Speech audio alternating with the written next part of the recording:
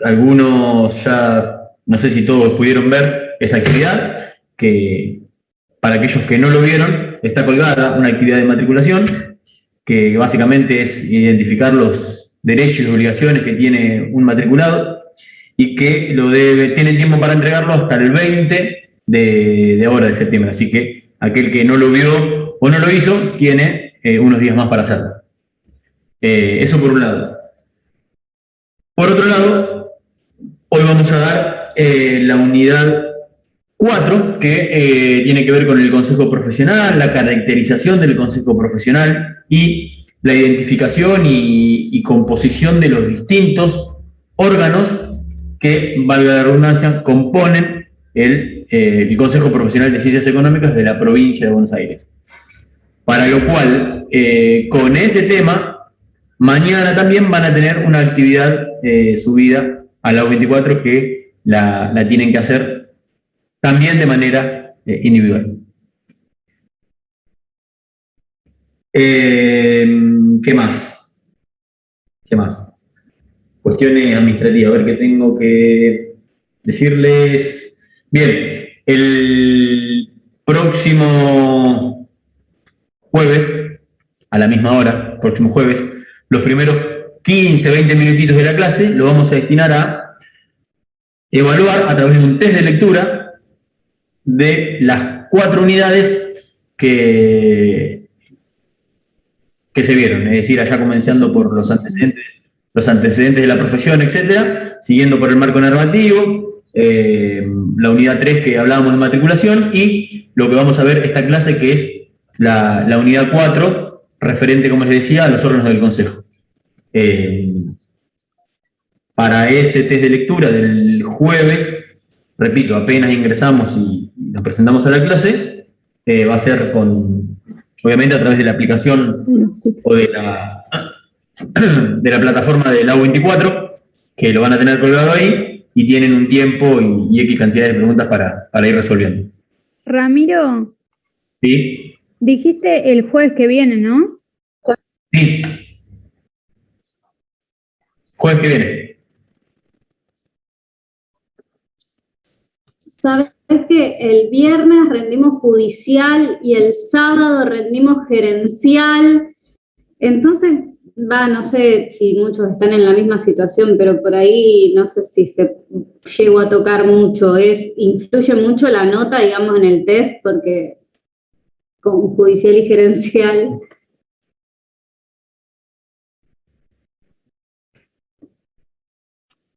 Están viendo igual de pasar las fechas, pasa que no sé si las van a correr o no. Bien, sí, a ver, si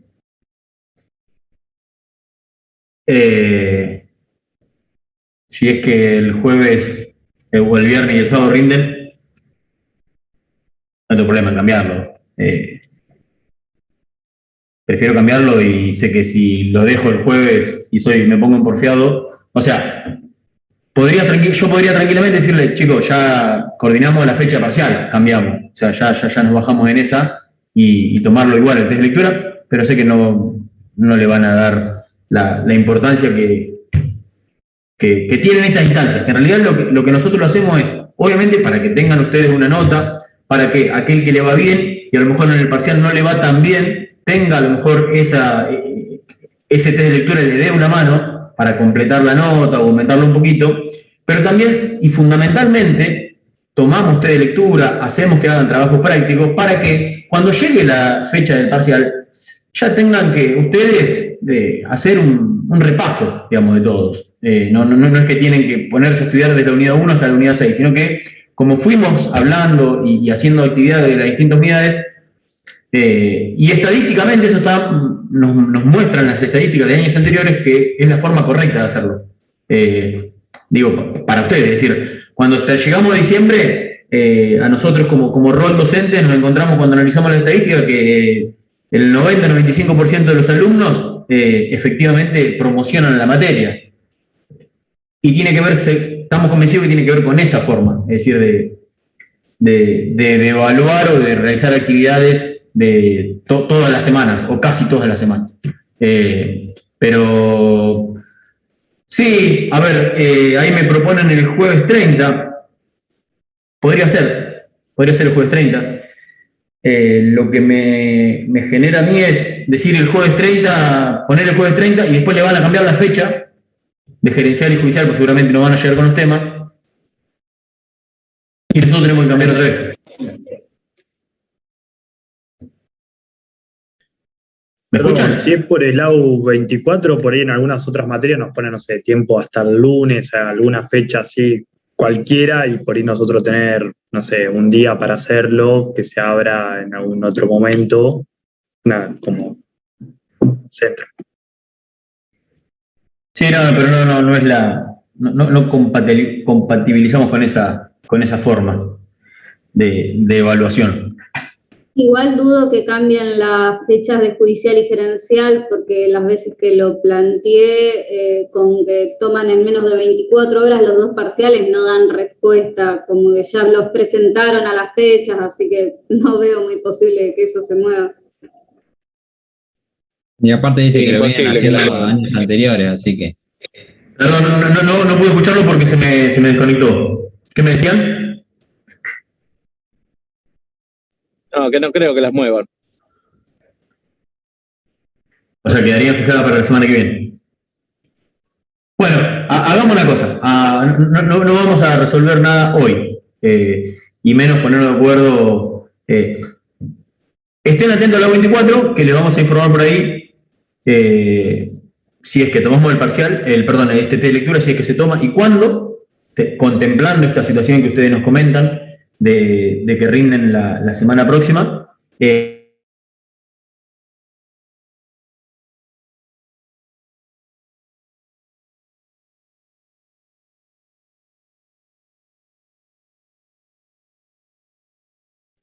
cortó el audio, me parece de nuevo, ¿no? Sí. Sí. Está muteado. ¿Cómo? Se me desconecta a mí, soy yo el problema. Estoy acá en mi trabajo y tengo que hacer revisar la conexión a internet, por lo visto. Les decía,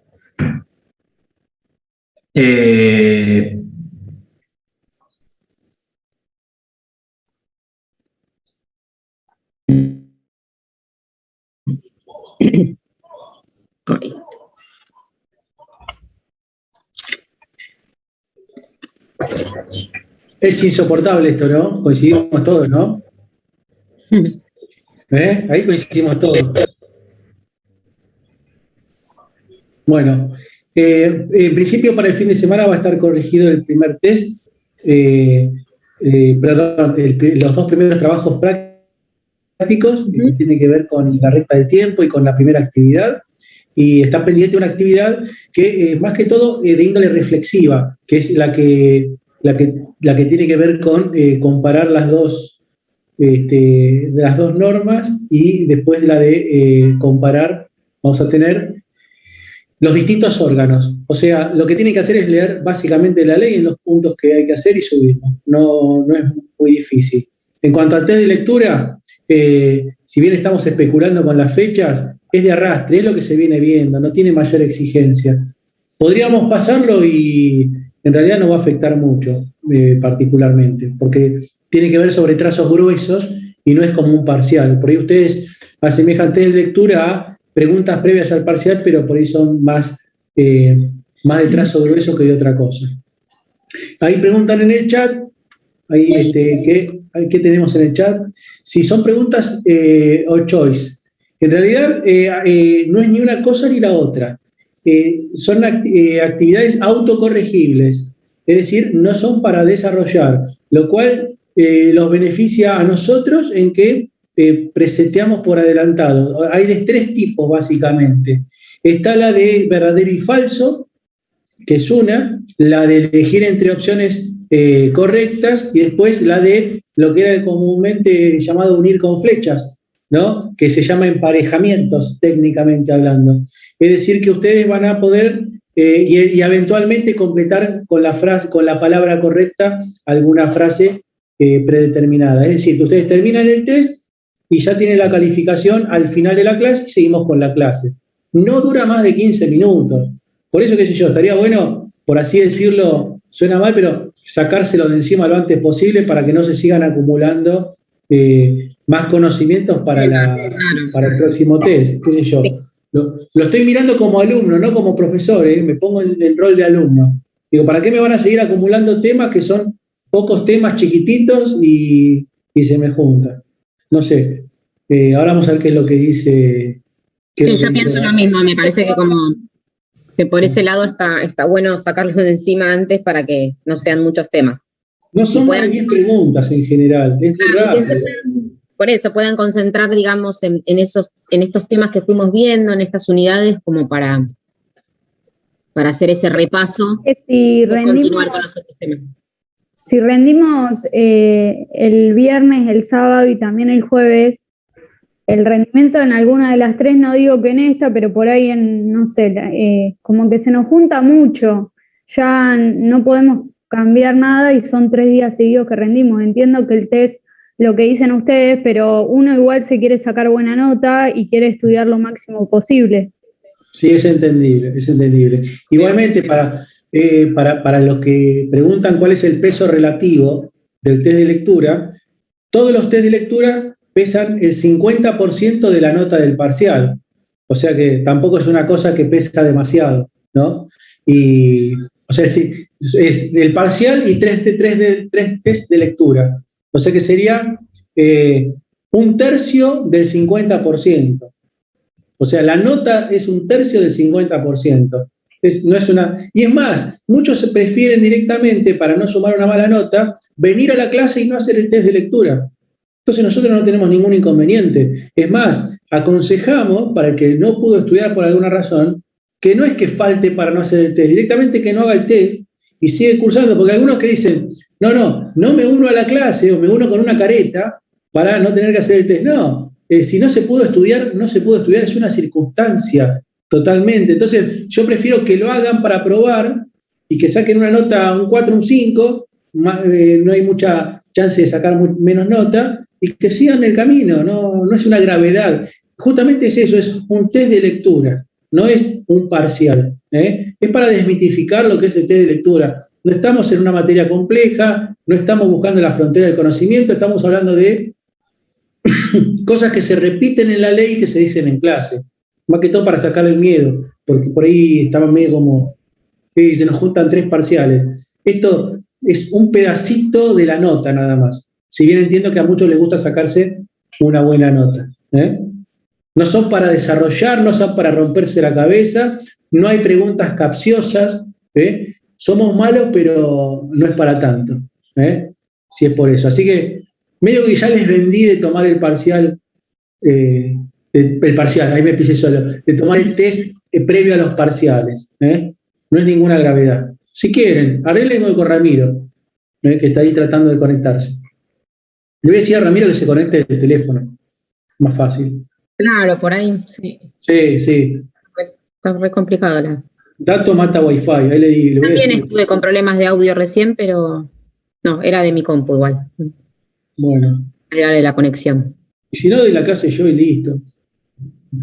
Si Ramiro no puede, ahora le pregunto y listo. Se va a estresar. Conectar desde datos. Si no, arranco yo.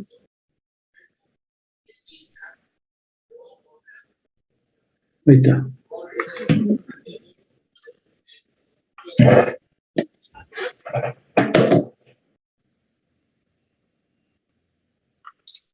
¿Qué dice? Ahí viene, dice. Está llegando.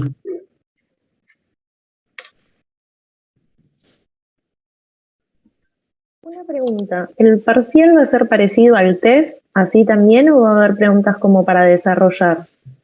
En general puede llegar a haber una pregunta para desarrollar, 1 o 2 más que todo, no, es rápido el parcial.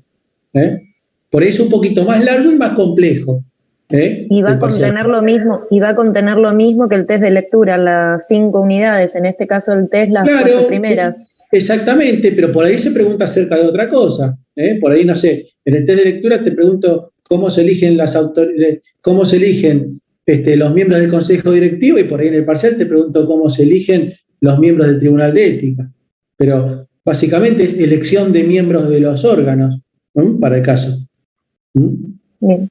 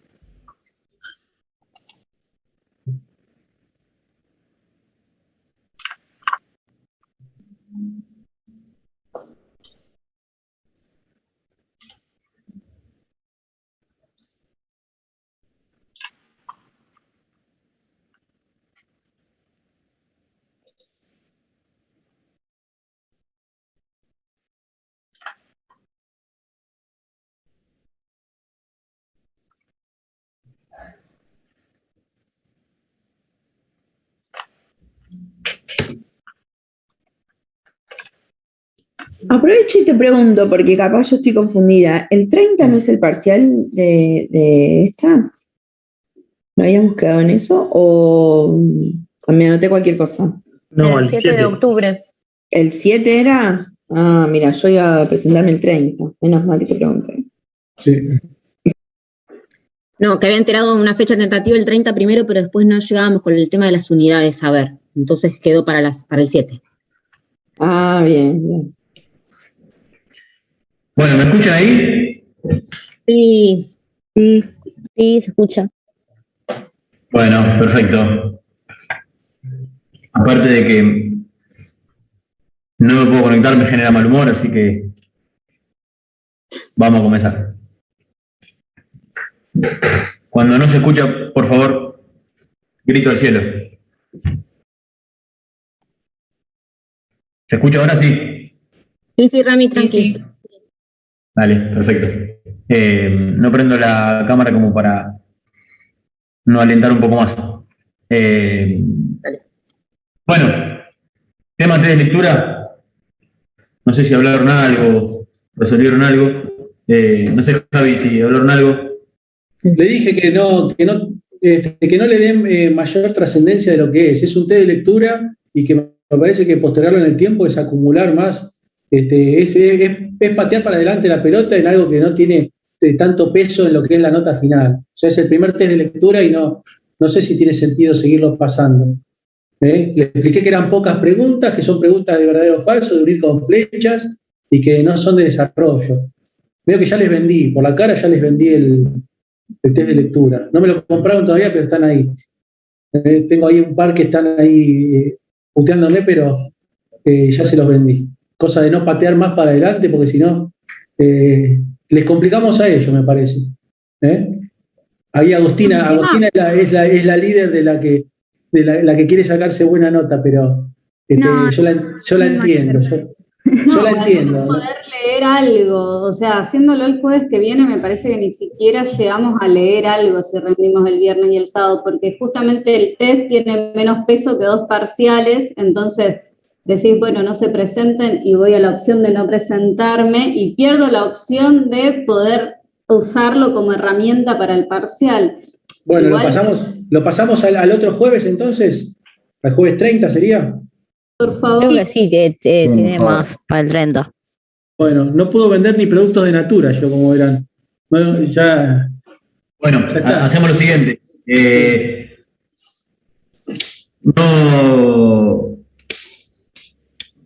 No definamos una fecha, va a estar comunicada en la semana por el lado 24, si es que hay.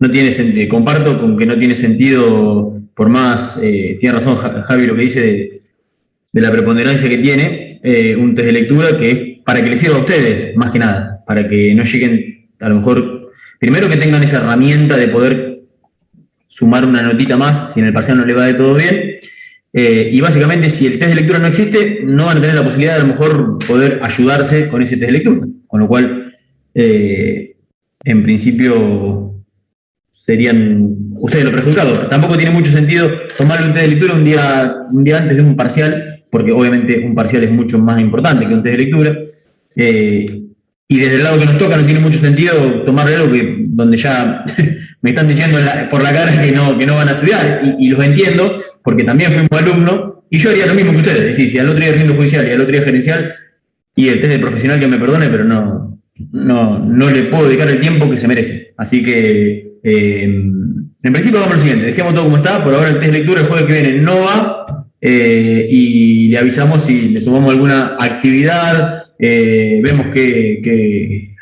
proponemos como para que ustedes tengan esa posibilidad y no se pierdan la posibilidad no solo de llegar bien al parcial, sino también de poder utilizarlo como una nota más, por así decirlo. ¿Está bien? ¿Está bien? Gracias. Muchas gracias. Necesito más que nunca que cuando pregunto me respondan, porque siento, no sé si le estoy hablando a la computadora, si me escuchan, no me escuchan. Así que redoblen el esfuerzo en la respuesta, por favor. Bueno, vamos a arrancar con el tema del día de hoy. Ya perdimos 42 minutos, son 9:42, y no hemos hablado nada de la materia, o bueno, por lo menos desde lo académico. Les decía, como hacemos todas las clases, primero, ¿qué es lo que se va a dar en la clase? Es abordar la unidad 4 del programa. Es una unidad que tiene una característica particular porque habla del consejo profesional, de los órganos del consejo, etcétera, etcétera, y la particularidad que tiene es que es inevitable no seguir ni profundizar la ley de ejercicio profesional. Es la única unidad, creo, que nos da esa característica. Y ustedes dirán, bueno, sí, pero la unidad 4 es la ley de ejercicio profesional, o al menos todo lo que concierne a órganos, sí, es así. O sea, ¿de dónde estudio la unidad 4? De la ley de ejercicio profesional. La idea no es ponernos acá a leer juntos la ley de ejercicio profesional, porque está la 1620, ustedes la tienen, y no tiene mucho sentido, sino analizar y desmenuzar aquellos aspectos más importantes de cada una de las características que tiene nuestro consejo. Antes de abordar la temática, lo que es importante destacar, que es lo que nos habíamos quedado la semana pasada, y acá sí necesito que paren las orejas, recuerdan que la semana pasada nos habíamos quedado con la unidad 3, y la unidad 3 nos hablaba de la matriculación, que ahí junto con Florencia le fuimos dando aquellos aspectos más relevantes en cuanto a qué requisitos tengo que presentar, qué beneficios tengo, si tengo algún descuento por ser joven graduado o no, etcétera. Bueno, fuimos abordando toda esa temática de la unidad 3 y nos quedó por ver el ejercicio ilegal de la profesión. ¿Está bien? El ejercicio ilegal de la profesión. Que, obviamente, por una cuestión de tiempo, porque estamos medio justo con la cantidad de clases a los efectos de llegar hasta la unidad 6 para el parcial, lo que sí vamos a ver del ejercicio ilegal de la profesión es lo siguiente, que es lo que necesito que quede claro. Algo ya sabemos, es decir, el ejercicio ilegal de la profesión se produce cuando una persona que haya pasado por la Facultad de Ciencias Económicas de alguna universidad y no se haya matriculado, o sea, algún graduado no matriculado, o cualquier persona que no haya pasado ni siquiera por la facultad, o bien habiendo pasado no se haya recibido, ejerce alguna actividad de las previstas en el artículo de la Ley de Ejercicio Profesional, donde nos menciona las distintas incumbencias que tenemos los contadores públicos. ¿Se acuerdan que la última clase vimos cuáles eran nuestras incumbencias en ese artículo que nos menciona la ley, el capítulo 2 que hablaba de las incumbencias, y específicamente el artículo 12 hablaba de las incumbencias del contador público? Si alguna persona que no está matriculada ejerce alguna actividad propuesta en ese artículo 12, decimos que ejerce ilegalmente la profesión. ¿Está bien? Y ejercer ilegalmente la profesión, la pregunta es, ¿qué herramientas tiene el Consejo Profesional de Ciencias Económicas de la provincia de Buenos Aires a los efectos de combatir ese ejercicio ilegal? ¿Está bien? Y uno dirá, bueno, sí, pero la ley 2488 me dice que el ejercicio ilegal es penado por...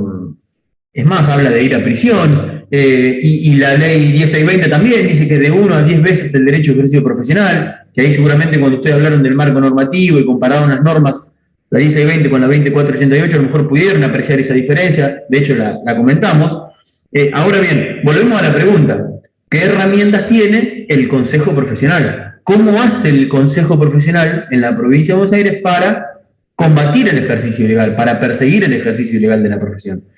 Y la respuesta la encontramos ni más ni menos que en una resolución que sacó el Consejo Profesional, que es la resolución número 3453, emitida por el Consejo Profesional, que habla específicamente del ejercicio ilegal de la profesión. Y crea un órgano, no de funcionamiento, sino un órgano que depende de un órgano superior como es el Consejo Directivo, es decir, crea un órgano que depende del Consejo Directivo, del Consejo Profesional, que se llama el Comité de Acción Fiscalizadora, más conocido como el CAF. ¿Está bien? Ojo, porque si nosotros vamos a la ley de ejercicio profesional, cuando habla de los órganos, no lo van a encontrar al CAF. ¿Por qué? Porque dice que ese artículo está derogado. Que no significa que no exista. Existe, sí, hoy actualmente existe. Nos pasa en las mesas de finales donde nos encontramos con alumnos que estudian solamente de la 1620 y cuando le preguntamos sobre el ejercicio legal nos dice que no existe ese órgano. ¿Está? ¿Cómo se llamaba? ¿Qué significa CAF? Comité de Acción Fiscalizadora. Todo lo relativo al CAF, al Comité de Acción Fiscalizadora, lo encuentran, repito, en la resolución 3453, que esta resolución la encuentran en el A24, dentro de lo que es la bibliografía de la materia, van a encontrar esta resolución y la tienen que tener y la tienen que estudiar. ¿Está bien? El CAF, como le decía, básicamente lo que hace es perseguir, combatir el ejercicio ilegal de la profesión. ¿De qué manera lo hace? Creando este órgano, que depende, repito, del Consejo Directivo, del Consejo Profesional. Ahora bien, ¿de qué manera lo hace? Bueno, lo hace a través de un proceso donde se identifica una causa, es decir, se hace una denuncia. Vamos con un ejemplo, así me pueden entender mejor. Vamos a suponer que... vamos a agarrar a alguien, a ver, la que tengo al lado de mi nombre, Denise Rodríguez Almeida. Vamos a suponer que Denise se recibe, ¿sí? Y empieza a ejercer la profesión, se pone un estudio contable con una amiga, con Agustina, vamos a agarrar a Agustina Funes, que es la voz del grupo. No, mentira, Agustina. Entre las dos dicen, bueno, nos recibimos juntas y empezamos a ejercer la profesión. ¿Está bien? Se pone un estudio contable, pero olviden un detalle, no se matriculan. Se convencen entre los dos, dicen, no, bueno, mira, hasta que demos nuestros primeros pasos, hasta que empiece a crecer el estudio y tengamos nuestros recursos financieros, físicos, etcétera, tengamos un lugar, por ahora arranquemos así nomás, y se le va pasando el tiempo y se le transcurren 2 o 3 años de ejercicio profesional y no se matricularon. ¿Están ejerciendo ilegalmente la profesión? Sí. ¿Qué hace el Consejo en ese caso? En ese caso, vamos a suponer que yo, el profe Ramiro, voy y paso por la calle, ahí sobre 12, voy caminando, yendo de compras, y veo estudio contable Rodríguez Almeida Funes. Y me suena. Cursaron conmigo. Las chicas, qué bueno que están desarrollando, ejerciendo la profesión, etc. me meto en la página del consejo, porque es lo que se puede hacer. Cualquier persona lo puede hacer, meterse en la página del consejo y verificar que una persona esté matriculada o no está matriculada. Me meto en la página del consejo, busco Denise Rodríguez Almeida, busco a Agostina Funes, no están matriculadas. Digo, no solo no me hicieron caso en la materia, sino que ejercen ilegalmente la profesión. Lo primero, vaya y pase, porque aprobaron, si no, no estarían recibidos. ¿Qué puedo hacer con lo segundo? Yo, que sí me matriculé, que sí aporto a la caja, que sí pago mi derecho de ejercicio profesional y tengo mi matrícula al día, tengo el derecho también, como cualquier persona capaz de estar en juicio, repito, como cualquier persona capaz de estar en juicio, tengo el derecho de ir al consejo profesional, golpear la puerta del consejo profesional y decirle al consejo, señor consejo, vengo a hacer una denuncia. Vengo a denunciar a 2 alumnas que fueron en el año 2021, fueron alumnas mías, se recibieron, pero no se matricularon. ¿Qué hace el consejo? ¿Quién recibe esa denuncia? Que repito, la puede hacer cualquier persona capaz de estar en un juicio, pero cualquier persona capaz. Recibe la denuncia del consejo directivo y la eleva al comité de acción fiscalizadora para que lleve adelante todas las actuaciones pertinentes. ¿Cuáles son esas actuaciones? Bueno, llamarán para que el acusado presente pruebas. Yo, como denunciante, también ofrezco mis pruebas.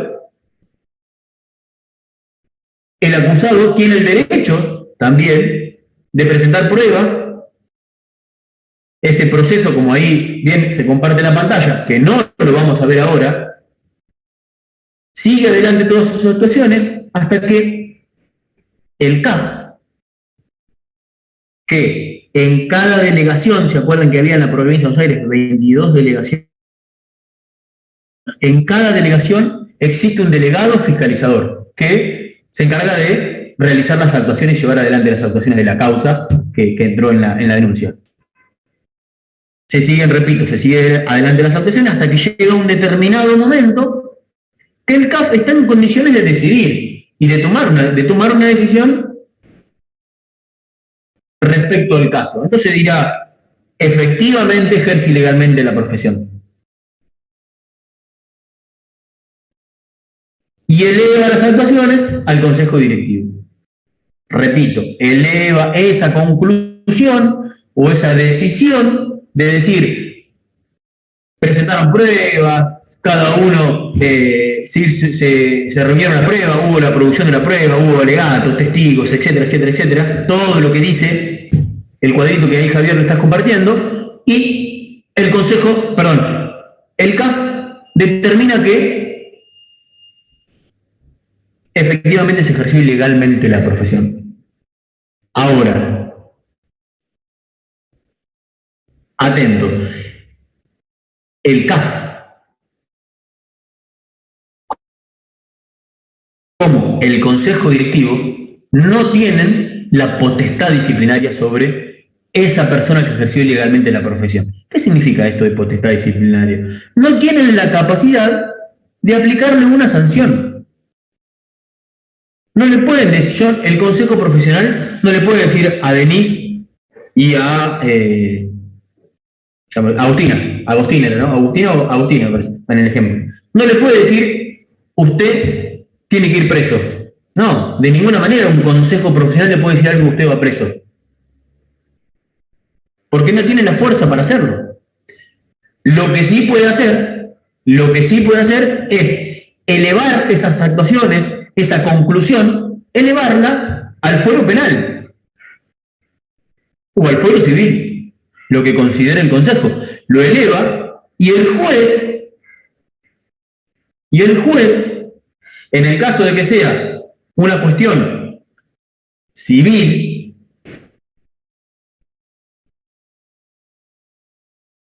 más que una cuestión civil, que sea una multa que se le aplique a esa persona, el juez puede decir lo siguiente: bueno, visto la presentación del consejo directivo, del consejo profesional, a esa persona le corresponde 7 veces el derecho a ejercicio profesional, tanto a Denise como a Agostina, a las dos. 7 veces el derecho a ejercicio profesional, como bien dice la ley 1620. Pero la ley 1620 dice algo más. Dice, de 1 a 10 veces el derecho de ejercicio profesional por vida de premio. ¿Qué es esto de vida de premio?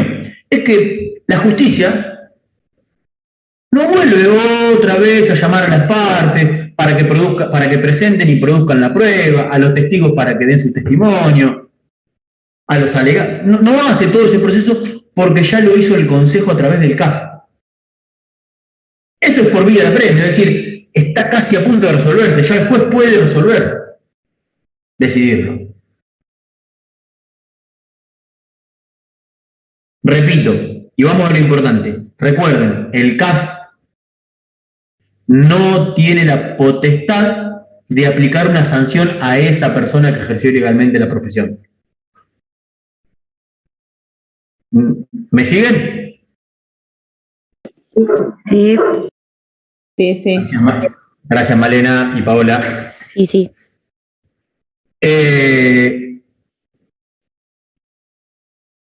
Hasta ahí vamos. Distinto es el caso de si llega una denuncia que al que acusan es a un profesional que está matriculado. Cambia radicalmente la ecuación. Más allá que van a ver que a lo mejor el proceso se parece, pero son cosas distintas. Si la denuncia que se hace es frente a un profesional, ¿por qué? Violó el secreto profesional, porque retuvo documentación de un cliente, porque retuvo dinero de un cliente y no lo destinó para lo que el cliente dijo, porque publicó sus honorarios y dijo que trabajaba gratis, porque en una publicación puso que era el mejor de la ciudad, porque. ¿Cuántos porque hay? Como cantidad de casos encontremos, tanto en la ley de ejercicio profesional como en el código de ética, de incumplimiento de esas dos leyes. Ahora, al que se denuncia es a un profesional. ¿Quién lo puede denunciar? Lo mismo, cualquier persona capaz de estar en juicio. Llega la denuncia, ¿a dónde? Al consejo directivo, lo mismo. Esa persona que denuncia tiene que identificarse, no pueden ser anónimas, la denuncia tiene que identificarse y presentar las pruebas, es decir, bueno, voy a denunciar a Ramiro Taborda, profesional, porque publicó en Facebook que era el mejor contador de la ciudad de La Plata, en la parte impositiva. Y está mal eso, un cliente. ¿Qué hace el consejo profesional ahí? No lo eleva al CAF, porque no hay ejercicio ilegal de la profesión ahí. Hay un mal ejercicio de la profesión, que son cosas distintas. Es decir, yo, en ese ejemplo, incumplí una norma ética. Incumplí el artículo donde menciona qué pautas tengo que tener en cuenta a los efectos de publicar mis servicios. Que una de las cosas que me dice es que tengo que ser objetivo. No puedo decir que soy el mejor. ¿Quién lo dice eso? Yo. No soy objetivo, es subjetivo, es lo que yo pienso. Ahora, si yo pongo que soy contador público y que soy especialista porque hice una especialización, bueno, ahí sí es objetivo. Si así no lo fuere, el consejo directivo recibe esa denuncia y la eleva al tribunal de ética. Que el tribunal de ética sí tiene la potestad disciplinaria. Sí tiene la capacidad de sancionar a un matriculado. Cuando veamos los órganos y lleguemos al tribunal de ética, vamos a ver qué tipo de sanciones se le puede aplicar a un profesional. Pero, ¿entienden que son cosas distintas? Lo que sí se le parece es el proceso. Se arranca con una denuncia, se piden las pruebas, se lleva alegatos, testigos, etcétera, etcétera, etcétera. Ese etcétera, etcétera, etcétera, de todo el proceso lo tienen que estudiar ustedes. El consejo profesional, a través de su consejo directivo, emitió una resolución donde nos marca y nos enseña ese proceso que sigue el Tribunal de Ética para cumplir su objetivo. Que su objetivo del Tribunal de Ética es juzgar la conducta de los matriculados. Ese proceso lo encontramos en la resolución 445. Uy, ¿dónde lo encuentro? AU24. Parte de normativa, disposiciones o resoluciones, ahí lo encuentran. Repito, son cosas diferentes. Lo que se le parece es el proceso, pero no confundan ejercicio legal con no cumplir con una norma, un profesional legal o ética.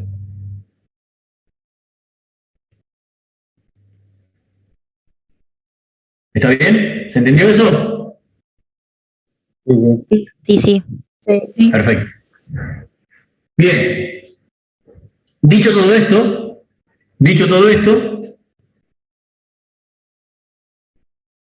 tenemos que hablar del consejo profesional. Que algo ya sabemos del consejo profesional. Y ya nos metemos de lleno en la unidad 4. Algo ya sabemos del consejo profesional. Allá, por la primera o segunda clase, cuando hacíamos la comparación entre colegios, consejos, hablábamos de la historia de ambos organismos, llegamos a la conclusión de definirlo, de conceptuarlo al consejo. Y decíamos que el consejo profesional, que los consejos profesionales en sí son, o el consejo profesional es un ente de derecho público. Decíamos que era de derecho público porque estaba creado por ley, independiente de los poderes del Estado. Repito, independiente de los poderes del Estado.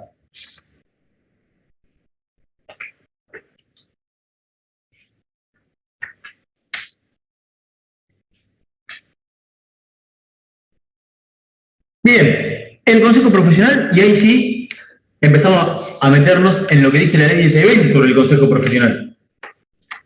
Veíamos que en el capítulo 3 hablaba de la matriculación y ya en el capítulo 4 habla del, perdón, el título del capítulo 1 habla de el consejo profesional y la caracterización.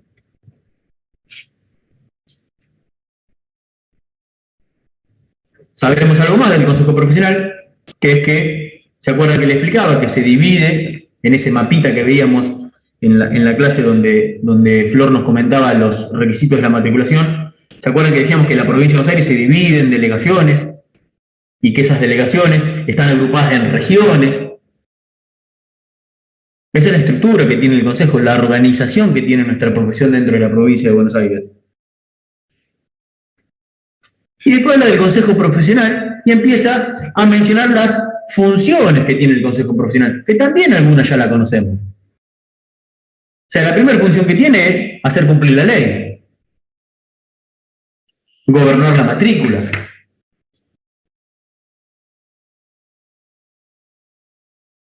Una que no la sabíamos, pero que ahora la van a aprender, es dictar las normas éticas. El Consejo Profesional dicta sus propias normas éticas.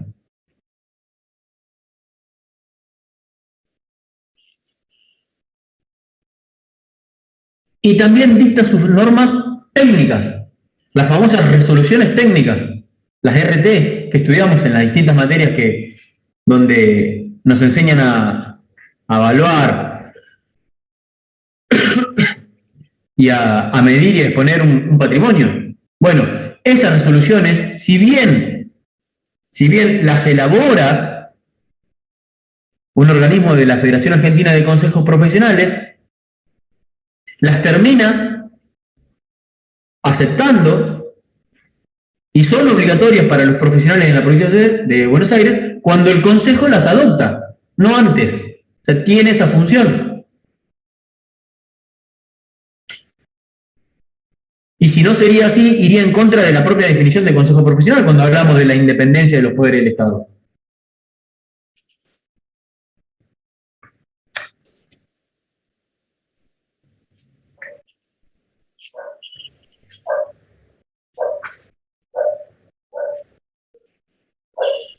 para su real funcionamiento y para cumplir todos estos objetivos o para cumplir todas las funciones, llevar adelante todas las funciones que tiene el Consejo Profesional, ¿de qué manera lo hace? Divide a su funcionamiento en distintos órganos, valga la redundancia, llamados órganos de funcionamiento. Nos remitimos al artículo 52 de la ley 1620. Y en ese artículo vamos a encontrar que hay 6 órganos. Se los digo rápido, después vamos por cada uno. La Asamblea, el Consejo Directivo, el Tribunal de Ética, la Comisión Revisora de Cuentas, los comités regionales y los cuerpos de delegados. Esos son los órganos que forman parte del Consejo Profesional de Ciencias Económicas de la provincia de Buenos Aires. ¿Todos los consejos tienen los mismos órganos? No. Esta es la forma que adoptó Provincia de Buenos Aires. Si uno va a la ley 466 de Cava, no tiene los mismos órganos, tiene otros, de hecho tiene menos.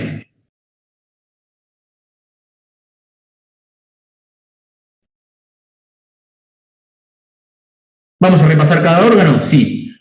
Pero antes, hacer una aclaración. ¿Qué tienen que saber de cada órgano? Siempre, cuando explicamos este tema, decimos lo mismo. Tenemos que saber 3 cosas de los órganos.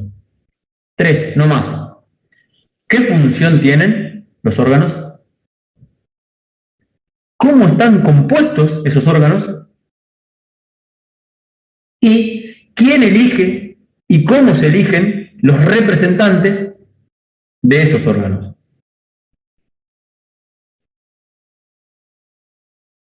Repito, funciones, composición y elección de sus integrantes.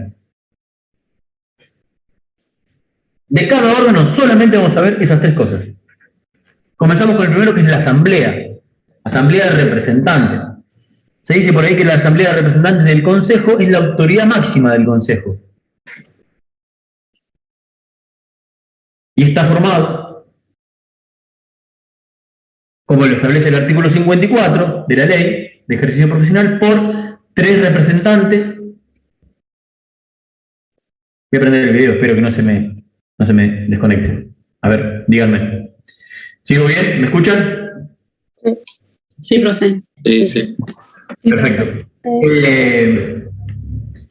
La asamblea de representantes está formada por 3 representantes por cada delegación. ¿Se acuerdan que había 22 delegaciones? Cada delegación lleva a la asamblea la voz de esa delegación, está representada por 3 personas, 3 representantes. Que ese número de 3 puede aumentar a 5 cuando el número de matriculados de esa delegación supera el 5% del padrón total. O sea, de los matriculados en toda la provincia. Ejemplo, La Plata, por su cantidad de matriculados que tiene, cuando hay una asamblea, lleva 5 representantes, no lleva 3. Y ustedes dirán, ¿y es lo mismo? 3 y 5, no es lo mismo. 5 son 5 votos, 3 son 3. Como mínimo se tiene que reunir una vez al año la asamblea y se diferencian. Hay 2 tipos de asamblea que, como también lo menciona la ley, la asamblea ordinaria y la asamblea extraordinaria. La asamblea ordinaria básicamente menciona y nombra y trata todos los temas, valga la redundancia, ordinarios, recurrentes, la de todos los años sería, que tienen que ver con la aprobación o no de los estados contables, la aprobación o no de las memorias, el informe de la Comisión Revisora de Cuentas y algunos que otros más.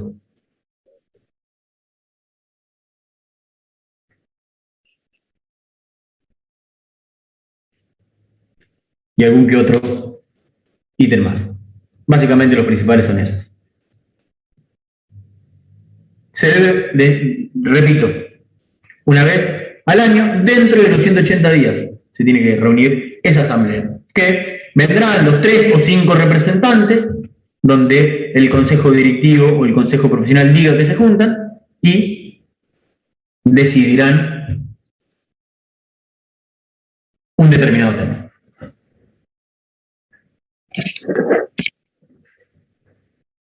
Correr un poquito la cámara. Ahí. ¿Está bien? Esa es la asamblea ordinaria. La asamblea extraordinaria trata temas no recurrentes, más de tipo excepcional o extraordinario, y tiene que ver, también la ley menciona que se trata en la asamblea extraordinaria y a lo último le deja un margen bastante amplio, porque dice cualquier otra cosa no contemplada en lo... Básicamente la asamblea extraordinaria puede tratar, por ejemplo, algo muy importante como es el dictado del Código de Ética.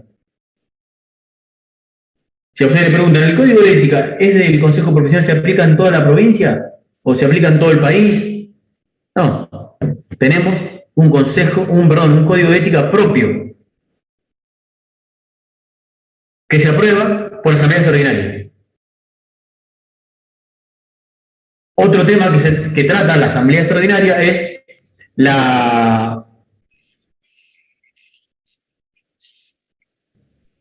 el aumento o la disminución de cantidad de delegaciones o regiones. ¿Se acuerdan que decíamos que una delegación estaba formada por 2 o más partidos? Por ejemplo, la Ciudad de La Plata La Plata es partido cabecera y es delegación. La delegación de la Ciudad de La Plata es la delegación. Ahora, ¿Chascomús forma parte de la delegación de La Plata? Sí. ¿Es cabecera? ¿Es partido cabecera de la delegación? No, es La Plata el partido cabecera. Si Chascomús quisiera, entre comillas, independizarse y decir, bueno, yo quiero ser una delegación propia, no quiero pertenecer más a La Plata, bueno, ese tipo de decisiones se toman por asamblea extraordinaria. Es algo, por eso digo, son temas excepcionales, no es algo que pase muy frecuentemente.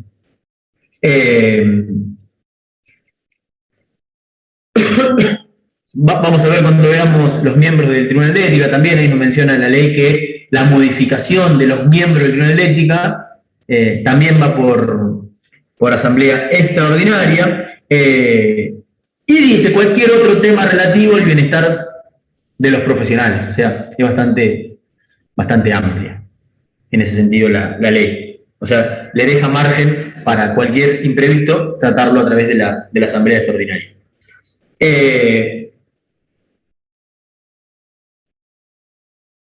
¿Hasta ahí estamos? ¿Se entiende? Sí. Sí. Bien. Sí. Consejo directivo. Otro órgano. El segundo órgano que vamos a ver. Consejo directivo. Básicamente el consejo directivo está formado por un representante. Acá a parar un poquito las antenas pero suele generar confusión la composición del consejo directivo. ¿Se acuerdan que decíamos que había 22 delegaciones y que esas delegaciones a su vez se agrupaban en regiones? Que en la provincia de Buenos Aires, por la organización que tiene, geográfica, hay 10 regiones, que agrupa cada región 2 o más delegaciones. El consejo directivo está formado por un representante de cada región. Como hay 10 regiones, son 10 representantes. Y aclara, más 10 representantes provinciales, que pueden ser de cualquier región.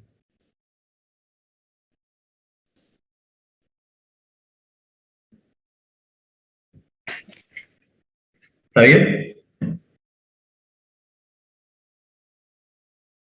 Repito, un representante por cada delegación, un representante por cada región, o sea, hay 10 regiones, por eso hay 10 consejeros regionales, más 10 consejeros provinciales.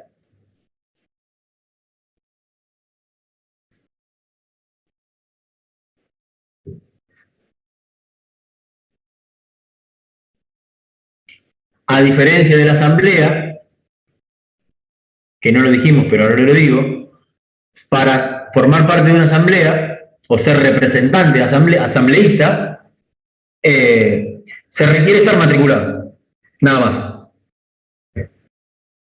Y tener el derecho de ejercicio profesional al día, el DEP al día. Tanto para elegir como para ser elegido, tengo que tener el DEP al día. Después vemos qué pasa si no voto.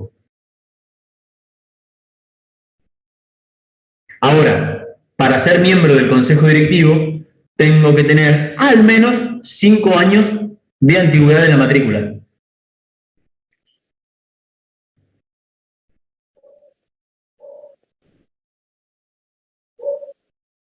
¿Qué hace el consejo directivo? Bueno, si vamos a la ley y nos paramos en el artículo 64, lo vamos a encontrar. Tiene desde el ítem A al ítem X en la cantidad de funciones. ¿Tienen que saber ustedes todas las funciones? No. ¿De memoria? No, no tiene sentido. Están en la ley. Sí, vamos a detallar algunas que son las, a nuestro entender, las más importantes. Por ejemplo, gobernar la matrícula, que lo dijimos, era una función del consejo profesional, pero que ahora, en su funcionamiento, la delega el consejo directivo. El consejo directivo es quien lleva el gobierno de la matrícula. Lo vimos cuando vimos matriculación. El consejo directivo es quien establece el valor del DEP, el derecho de ejercicio profesional. Fija ese valor, fija el monto y la forma de pago. Es el consejo directivo quien establece que ese derecho de ejercicio profesional es anual y que tiene 5 anticipos. Otra función importante del consejo directivo es reglamentar el régimen electoral. Ahora lo vamos a ver, cuando hablemos de la elección de los integrantes de los distintos órganos, lo vamos a ver. Todo el régimen electoral está a cargo del consejo directivo. Determina quiénes son los miembros del CAF. ¿Se acuerdan que yo les decía recién hace un ratito? El CAF depende del consejo directivo. Bueno, es razonable que el consejo directivo defina quiénes son las autoridades del CAF. Que en esa resolución, que les decía, la 3453, menciona que el CAF tiene que tener un presidente, puede estar compuesto por entre 4 y 8 miembros, etc. Eso lo define. ¿Quiénes son esas personas? Si es Juan Pérez o es Javier Mónaco, el presidente del CAF, el consejo directivo lo define. No lo definen por voto, no se vota ahí.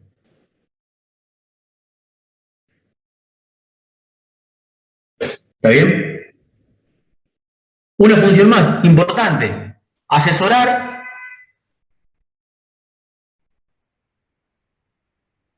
a los profesionales. Obviamente en temas relativos al ejercicio profesional. Fundamental.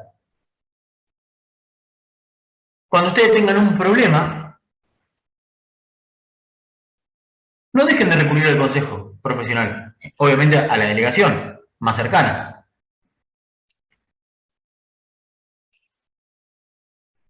Lo están viendo. Es una de sus funciones ayudarnos con cuestiones del ejercicio profesional. No tengan miedo, vergüenza en ir a preguntar un tema del ejercicio profesional al consejo profesional. Es su derecho, es nuestro derecho. Y para ellos es la obligación de asesorarnos. ¿Está bien? ¿Puedo hacer un comentario, Ramiro? Sí, Javi. Sobre todo cuando uno recién se inicia en la profesión, a veces no sabe a quién recurrir ante dudas, sobre todo aquellas dudas que pueden hacernos quedar mal parados ante algún potencial cliente o asesorando a alguna empresa. Entonces, el peor de los caminos que uno podría transitar es tratar de buscar en Google alguna nota periodística que trate de dar la solución o la respuesta rápida y sencilla. Eso sería tal vez poco profesional. Entonces, como a veces cuesta económicamente acceder a recursos como Repar o Ambitium, que son sitios pagos, Yo siempre tenía la precaución de cuando había cuestiones demasiado importantes, cubrirme primero con las páginas oficiales, AFIP, ARBA, Ministerio de Trabajo o los sindicatos si era algo laboral. Segundo, tratar de buscar alguna referencia acreditada, o sea, buscaba en Google, pero trataba de que sea algún artículo, un fallo, una nota, una recomendación, un artículo doctrinario. Y siempre aparecía como tercera consulta la pregunta por mail a la parte técnica que, de acuerdo a la órbita que sea, ya sea de índole societaria, laboral, impositiva, de cualquier índole, suelen responder en un plazo bastante inmediato, y si bien ellos aclaran que no es vinculante, ¿no? Siempre es una muy buena herramienta para cubrirse ante algo que no vimos ahora, que es la responsabilidad. Lo voy a hacer muy sencillo con el ejemplo para hacerlo corto, ¿no? Uno a veces no sabe dar el encuadre, para no caer siempre en el mismo ejemplo impositivo, el encuadre laboral de un cierto rubro, no sabe si es empleados de comercio, camioneros o carga y descarga. Bueno, uno empieza a preguntar y trata de validar lo que uno quiere comprender. Y bueno, además de ir a los sindicatos correspondientes, que siempre van a decir que pertenece al gremio suyo, se recurre a otras fuentes y una de las formas es preguntando. Entonces, cuando alguien le dice al contador, ¿por qué razón usted hizo el encuadre gremial en carga y descarga y no en camioneros? Bueno, yo me cubrí con este papel, con esta pregunta, vi este dictamen, vi este fallo. Entonces, uno puede cometer algún error o puede haber entrado en algún conflicto, pero lo más importante es decir, yo tomé una decisión basado en hechos ciertos. No es que yo la tomé de manera intuitiva. Entonces, uno queda cubierto y tranquilo como profesional y ante el cliente suele acreditarlo con papeles. Para aquellos que están en la órbita impositiva, este es un consejo que lo escuché del profesor Humberto Díez, que tiene una sana práctica, que es cuando aparece en el ABC de AFIP preguntas y respuestas frecuentes, a veces las suelen eliminar, porque es como decimos nosotros, retroceden en chancletas, ¿no? Pero cuando uno le dice al cliente, mirá, la consulta a la AFIP dijo tal cosa, después uno no la puede buscar en la página porque la sacaron. Entonces, ¿qué es lo que hay que hacer? La vieja captura de pantalla, lo que hacen ustedes con los chats, cuando quieren escrachar a alguien, que hacen la captura, bueno, lo mismo hacemos los contadores con la página de la AFIP. La imprimimos físicamente, ¿no? Y dejamos lo que se llama la ruta, porque a veces suelen descolgar la pregunta, pero no la ruta. Entonces, sirve como buen elemento de cobertura. Y el Consejo de Ciencias Económicas nos avala. ¿Con qué? Con una opinión fundada acerca de un tema de cualquier índole. Por eso es nuestro principal aliado a la hora de matricularnos. Ese comentario para que ustedes no tengan miedo al tomar la decisión. Lo dejo seguir a Ramiro, que debe estar arreglando el mate, supongo. Bien, gracias, Javi. Seguimos con el Consejo Directivo. Veíamos recién un poco las funciones que tenía este Consejo Directivo, y ahí en la primera vemos que en el último ítem, en el último punto, dice: funciona mediante una mesa directiva con un presidente, vicepresidente y secretario. Básicamente, ¿qué es esto? Es decir, entre sus miembros, cuando hablamos de la composición, ¿se acuerdan? 10 y 10, que tiene igual cantidad de suplentes, de entre sus miembros, dentro de esas 20 personas, se forma una mesa directiva. Que esa mesa directiva lo que hace es llevar adelante la gestión del consejo profesional. Es decir, lleva adelante el día a día del consejo profesional. Para que se entienda, si el consejo directivo tiene como función gobernar la matrícula. Cuando uno nos vamos a matricular, termina siendo el consejo directivo quien dice si corresponde a la matrícula o no corresponde por la causa que fuere. Bueno, el consejo directivo, perdón, no se va a reunir y van a venir los 20 consejeros para definir si una matrícula corresponde o no corresponde, sino que lo hace a través de la mesa directiva. Es decir, lleva la parte operativa, la parte de gestión del consejo profesional. Es más, la mesa directiva hasta tiene la potestad de emitir hasta resoluciones de funcionamiento. Van a encontrar que son resoluciones de funcionamiento de mesa directiva o de consejo directivo, que son cosas, si bien es lo mismo, pero tiene hasta esa potestad de emitir resoluciones de funcionamiento la mesa directiva. Y esa mesa directiva, como dice la Firmina, y también lo menciona en la ley, está formada por un presidente, que termina siendo el presidente del consejo directivo, del consejo profesional, por 2 vicepresidentes, vicepresidente primero, vicepresidente segundo, y varios secretarios. Está el secretario de Acción Social, secretario de la Seguridad Social, secretario de Relaciones Institucionales, secretario de Finanzas, bueno, etc. Pero básicamente la mesa directiva tiene esa función. Y hay algo más que aplica solo para los integrantes de la mesa directiva, que son las únicas personas dentro de todo el órgano político, ¿sí?, y de gestión del consejo profesional que reciben una compensación por su trabajo. ¿Está bien? Si le contamos a la abuela, son los únicos que cobran.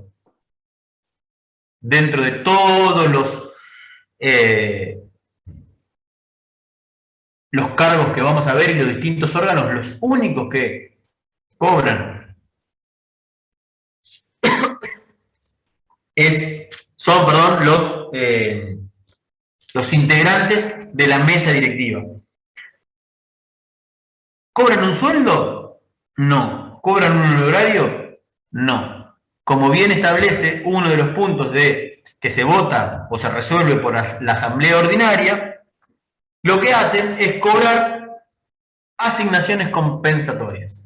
Repito, solo los integrantes de la mesa directiva. ¿Y los otros no cobran? No, no cobran. Entre paréntesis, separemos a la gente que trabaja en relación de dependencia en el consejo profesional. ¿Está bien? Cuando uno va y lleva un balance para firmarlo, atiende una persona que trabaja en el consejo profesional. Bueno, esa persona cobra. Es parte de la planta del consejo profesional. ¿Se entiende la diferencia? Estoy marcando dentro de los órganos de poder o de políticos, por así decirlo, de gestión del consejo, estos son los únicos que reciben estas compensaciones. ¿Está bien? ¿Se entendió? ¿Sí, no? ¿Más o menos? Sí. Buenísimo. Sí. Bien, tercer órgano.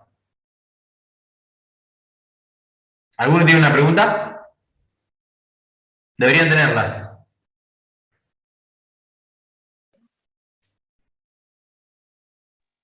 ¿Nadie tiene ninguna pregunta? Sí. Lo que es viáticos y esas cosas que se les pagan en este caso a todos, o eso también es solo de la... No, eso corre a cuenta del consejo profesional. Sí, claro. Pero a todos se les paga, los de la asamblea, los de... Sí. Listo. Gracias.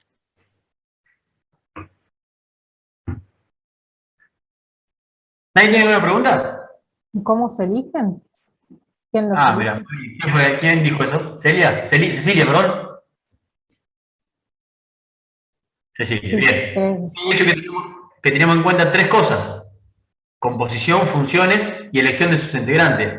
De ninguno de los órganos del órgano de asamblea no lo hablamos. Del consejo directivo tampoco lo hablamos.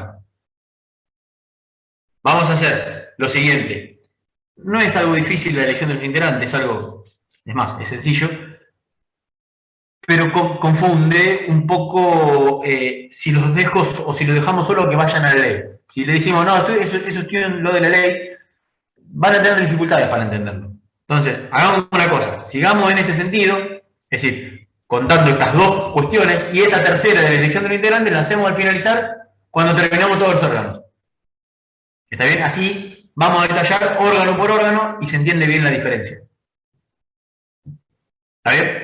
Entonces, seguimos con el próximo órgano, que es Tribunal de Ética, que, si hablamos del Tribunal de Ética, ya algo sabemos. Es el órgano que se encarga, o que tiene como su principal función, juzgar la conducta de los matriculados. Tiene a cargo la potestad disciplinaria.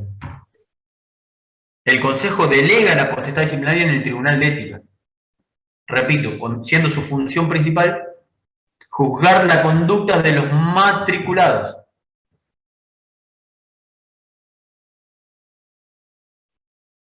Ejemplos, lo hablamos hoy cuando le hacía la diferencia con el CAF. Cualquier incumplimiento de las normas legales y o éticas, bueno, un profesional puede ser sancionado por el Tribunal de Ética, que está compuesto por, como mínimo, dice la ley de ejercicio profesional, 7 integrantes e igual cantidad de suplentes. 7 titulares como mínimo. Actualmente, como dice la Filmina y nos ayuda, son 9. Para formar ese tribunal, también tengo que tener 5 años en la matrícula. O sea, las mismas causas, la misma condición que para formar parte del Consejo Directivo.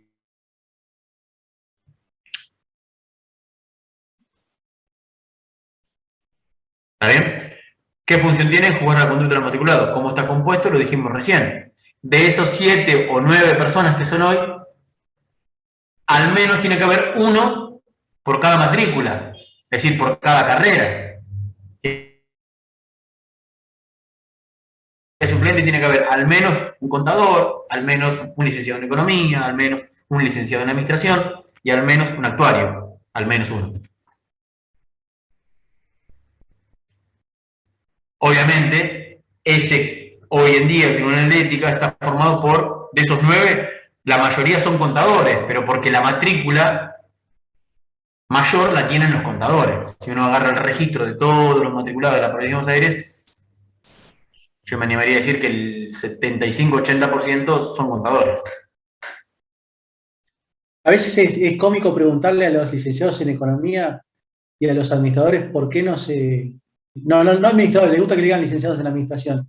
¿Por qué no se matriculan? Y porque yo no tengo que firmar nada, suelen decir.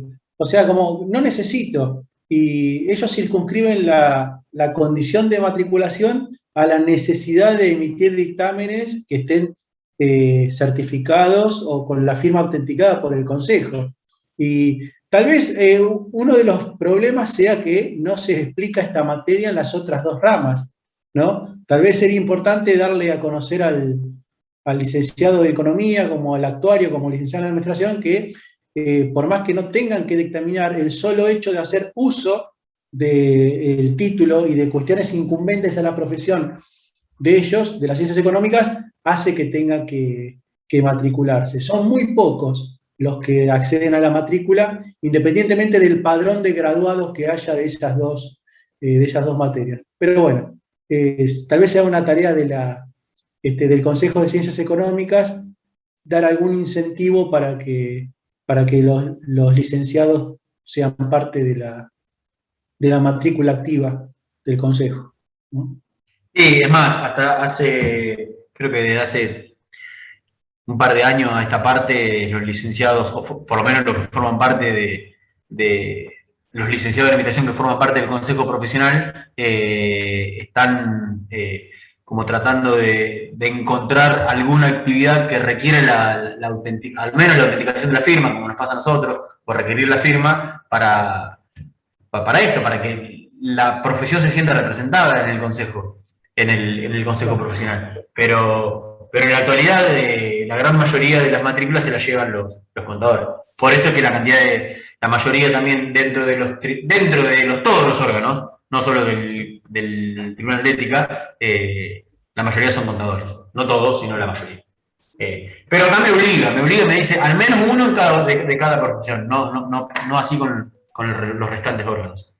Bien, le decía, tiene como su función jugar a los matriculados y por el incumplimiento de alguna ley, tanto ética como legal, es decir, como la ley de ejercicio profesional o la 2488, y la sanción que puede ejercer están enunciadas en el artículo 46 de la ley de ejercicio profesional, que establece 6 tipos de sanciones que van desde una advertencia, como la sanción más leve, hasta la más grave, que es la cancelación de la matrícula, pasando en el medio por la advertencia, la amonestación frente al consejo directivo, la censura pública, suspensión y cancelación. Esas son las 6 sanciones que nos pueden interponer. ¿Y de qué depende que nos interpongan una u otra sanción? Bueno, como cualquier inconducta, digamos, depende del tipo de la gravedad del accionar del profesional, y obviamente esa gravedad de la causa que se denuncia o que trata el Tribunal de Ética también tiene que ver con los antecedentes que tenga ese profesional. A ver, si un graduado, recién graduado, no se matricula y el consejo se entera, es decir, si el profesional es un joven graduado y hace una publicación de esos honorarios y establece que, bueno, durante los primeros 3 años el 50% se cobra por determinada tarea, o alude algún beneficio por su contratación, o algún resultado que también está prohibido. Bueno, el consejo profesional a ese joven graduado, que a lo mejor hace poco tiempo se matriculó, no le va a cancelar la matrícula. A lo mejor lo va a llamar por teléfono, lo va a citar y lo va a advertir. Con una simple advertencia le va a decir, mirá, eso no es así. No sé, se nota que no cursaste ejercicio profesional, o no le estudiaste bien a la materia, digo, pero son cosas que no se pueden hacer, no se deben hacer. Entonces, por esta vez es una simple advertencia. Iba a decir, ¿y una advertencia me modifica en algo? Y no, pero sí, es decir, cada profesional dentro del consejo tiene un legajo. Es como cuando éramos estudiantes, cuando estudiábamos íbamos a la secundaria. Y si me advierte la profesora una vez, no pasa nada. Y no, pero suma, si me mando otra, por así decirlo. Bueno, acá es más o menos lo mismo. En el legajo que tenga el profesional, cuando alguien revise mi legajo, va a decir que fulanito tal tiene una advertencia. Y lo mismo con una amonestación, y lo mismo con una amonestación frente al consejo directivo, que lo llevo también a la esfera de la educación media. ¿Se acuerdan en la secundaria cuando nos mandamos algo que era medio grave? Bueno, nos ponían una amonestación. Bueno, acá más o menos parecido. ¿Sí? Tiene una amonestación que va al legajo. Y la amonestación frente al consejo directivo es más, te hacen pasar una situación no deseada, así medio. El consejo directivo se junta, todos los representantes, y te citan y dicen, señor, usted tiene una amonestación por esto, por esto y por esto. A diferencia de la simple amonestación, que te la comunican por no adelante de todo el consejo directivo. Pero son muy parecidas las dos. La característica que tienen estas 3 más leves, por así decirlo, sanciones, es que se las conoce con el nombre de cerradas o privadas, porque no trasciende a terceros esa información, no trasciende a la comunidad profesional. Solo se entera si alguien revisa mi legajo, y obviamente se entera el Tribunal de Ética, ¿no? Si no, en principio es algo interno, por eso es algo privado o cerrada, se dice que son estas sanciones. Las otras 3, que son un poco más graves, desde la censura pública, como la suspensión de la matrícula hasta 1 año, o la cancelación de la matrícula, es decir, no podemos volver a ejercer la profesión, al menos por el tiempo que determine el Tribunal de Ética. Esas 3 se las conoce como públicas o abiertas. ¿Por qué? Porque no solo van al legajo, sino también que son publicadas en la orden del día del Consejo Profesional, o sea, está en manos de todos los profesionales que lean el orden del día del Consejo Profesional, o en el boletín oficial, y también se publica en el diario de mayor circulación. Se efectúa la denuncia. O sea, se entera todo el mundo. Por eso se dice que son públicas o abiertas.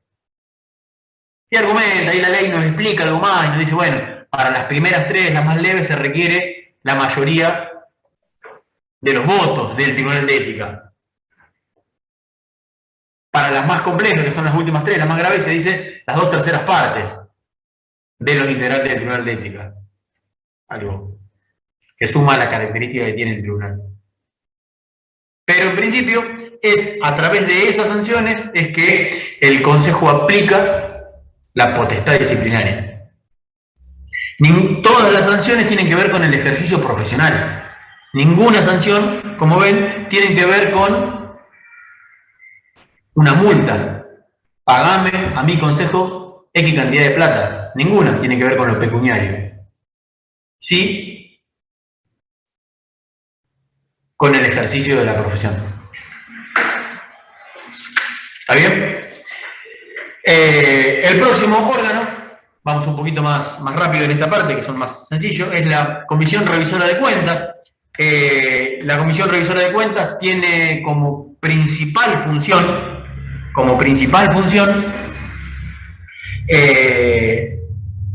realizar un análisis de la situación económico-financiero del Consejo Profesional, es decir, evalúa la situación patrimonial, económica y financiera de el Consejo Profesional. ¿Cómo está formado? Bueno, está formado por 3 miembros titulares e igual cantidad de suplentes.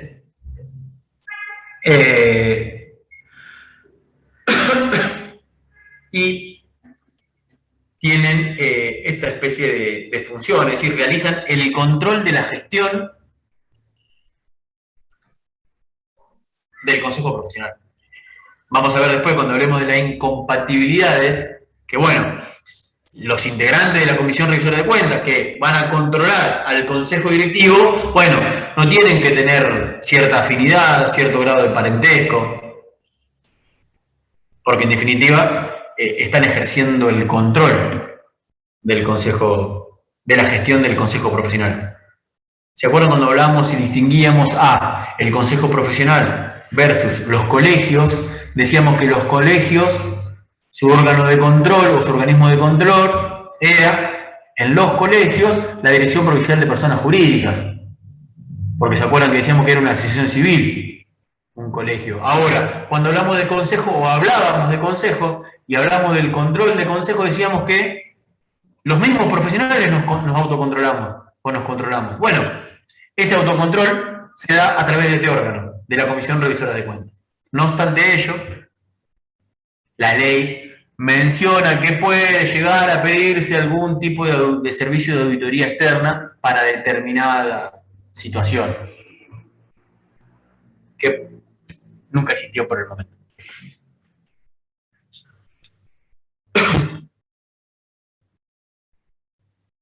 ¿Está bien? Anteúltimo órgano. ¿Alguno tiene una duda? ¿Consulta? ¿No? Bien. Anteúltimo órgano. Comité regional. Medio que la palabra un poco nos adelanta de qué vamos a hablar. Vamos a hablar de las regiones. ¿Sí? ¿Se acuerdan que dijimos que había 10 regiones? Y está este comité regional, se integra por el consejero regional del consejo directivo, ¿se acuerdan que había uno por cada región? El consejero provincial, si esa región tuviera un consejero provincial, y los delegados presidentes de cada una de las delegaciones que forman esa región. medio es un medio trabalengua, pero espero se entienda. Si no, me preguntan.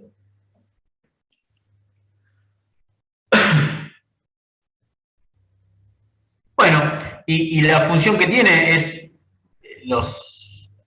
estos comités tienen la función de realizar actividades de coordinación, de planificación y de consultas con temas relativos a la región. Como veíamos en aquellas primeras clases, las regiones, por la ubicación geográfica que tienen, no tienen las mismas necesidades ni características. No es lo mismo la región del noroeste de la provincia de Buenos Aires que aquella región que a lo mejor esté cerca del puerto, como es el caso de La Plata, o cerca de los puertos, como es el caso de a lo mejor las ciudades que están cerca de la costa atlántica. Bueno, las realidades son distintas, los problemas son distintos, las actividades en esas regiones son distintas. Bueno, esa es la principal función que tienen estos comités regionales. El cuerpo delegado, por último, el último órgano que menciona la ley 1620, es el que más palpable vemos. A los otros, salvo que asistamos a una asamblea o que nos llame el consejo directivo, porque nos pusieron una amonestación frente al consejo directivo, medio que no los vemos. El cuerpo delegado básicamente es nuestra delegación, es decir, el primer lugar donde vamos. Esa delegación, cada una de las 22 delegaciones tienen una estructura, una organización. La Firmina me ayuda y me dice que están formadas por al menos 6 delegados, e igual cantidad de suplentes. Al menos 6.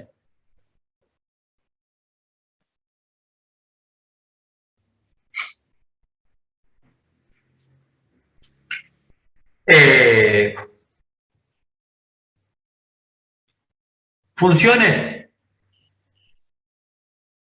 un montón. Digo, la primera función principal que tiene es recibir consultas de los profesionales. Los profesionales reciben las consultas a través de las delegaciones.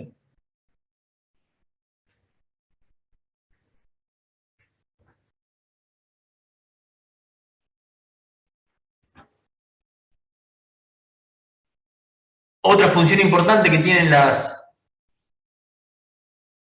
delegaciones, que también tiene que ver con el recibir consultas, es la de crear comisiones. En la delegación de La Plata es un ejemplo.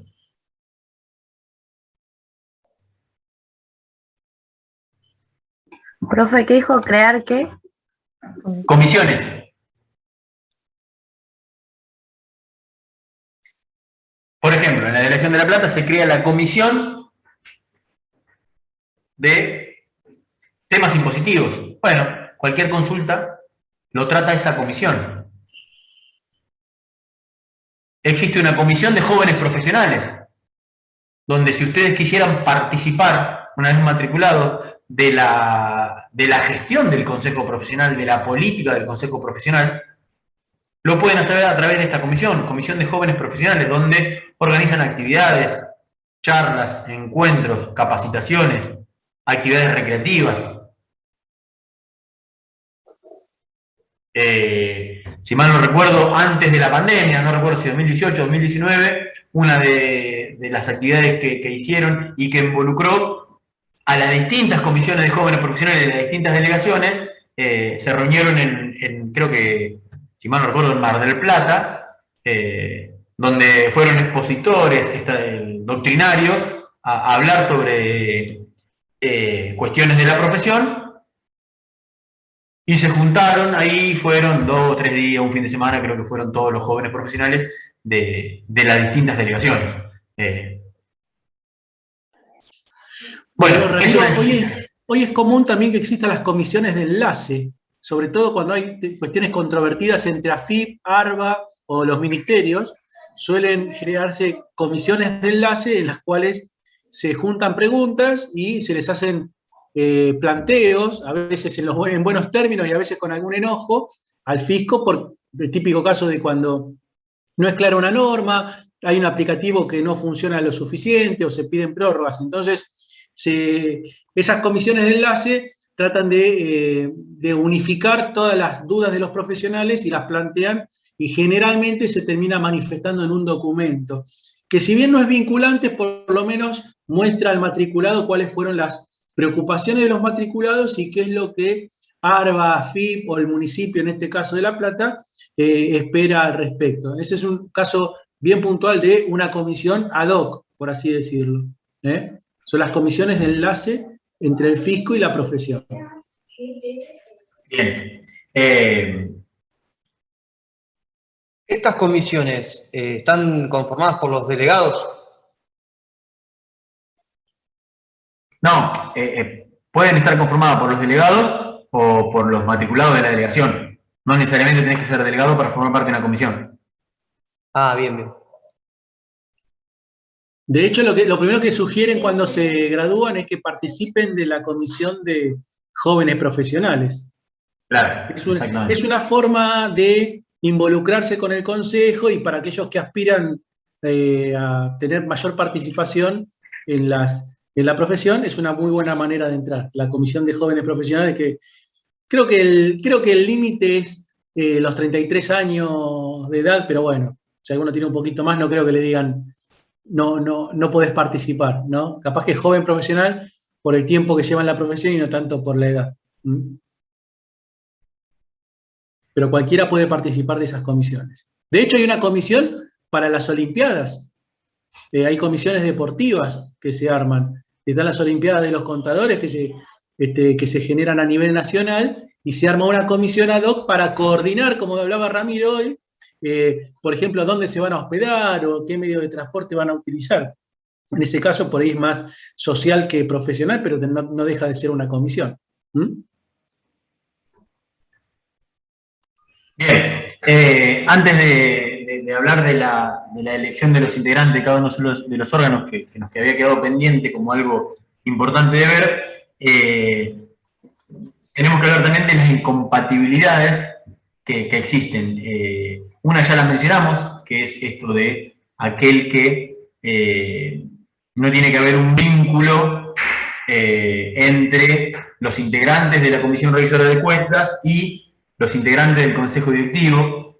No tiene que haber un vínculo de afinidad ni de parentesco, por una cuestión obvia que uno controla a los otros. Y el otro, la otra cuestión que tiene que ver con la incompatibilidad, que está también explícito en la ley 1620, es el desempeño de dos o más cargos dentro de los órganos. Y hay una excepción que tiene que ver que se puede ser delegado y asambleísta. Es decir, yo puedo ser o formar parte de una delegación como delegado, dentro de eso, ¿se acuerdan que recién decíamos como mínimo 6? Puedo ser uno de esos y también ser asambleísta. Ese es el único caso. Después el resto no se pueden ocupar dos cargos. Es decir, no puedo formar parte del Tribunal de Ética y también de la Asamblea. No puedo ser consejero directivo y presidente de una delegación. No se puede, ¿está? Es incompatible. Bueno, otra cosa que también es incompatible, que también lo hablamos, es la percepción de una remuneración, cualquiera de los cargos, salvo para los integrantes de la mesa directiva. Que se le daba, ¿se acuerdan que hablamos de esa compensación? Se le asignaba una compensación. Que lo determina la Asamblea Ordinaria. Y que de hecho tiene lógica, porque esa gente, ese presidente, esos dos vicepresidentes y todos los secretarios, secretario de Acción Social, de la Seguridad Social, de Relación Institucional y demás, es gente que está a cargo de la gestión y del día a día del Consejo Profesional. Es una gente que se levanta a las 8 de la mañana y va al Consejo Profesional 9, 10 horas. O sea, es su trabajo, llevar adelante la gestión. O sea, es totalmente razonable que tengan algún tipo de compensación. Esas son las tres incompatibilidades. ¿Determinada por quién, dijiste? ¿Por la asamblea? Por la asamblea ordinaria, es uno de los puntos que trata la asamblea ordinaria. Perfecto. Fíjense cuando lean la ley que dentro de la asamblea ordinaria los temas que trata, uno es eso, es decir, las asignaciones, perdón, asignar las compensaciones. ¿Está bien? Bien. Nos queda hablar de la elección de los integrantes. Para lo cual no es algo complicado, sino que hay que prestar atención y al menos ir entendiendo cómo se fue desarrollando la distinta composición de los órganos. Primero comentarles que cada 4 años hay elecciones en el Consejo Profesional.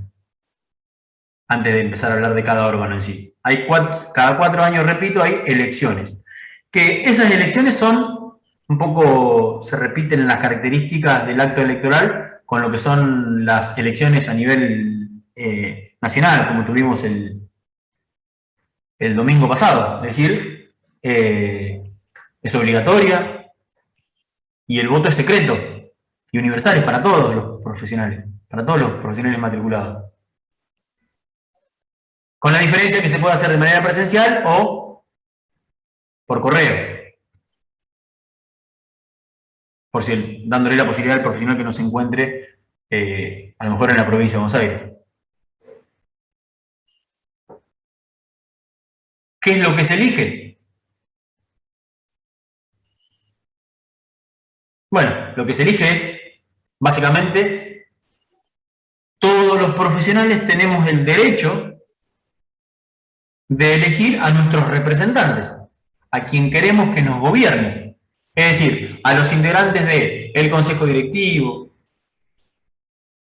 el Tribunal de Ética, la Comisión Revisora de Cuentas, los comités regionales, los cuerpos de delegados, los asambleístas. Eso es lo que elegimos.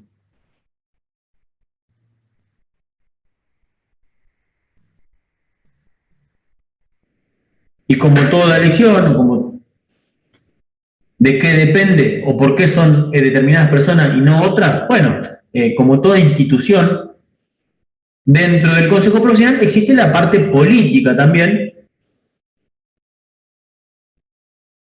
que va a definir quiénes son las personas candidateables.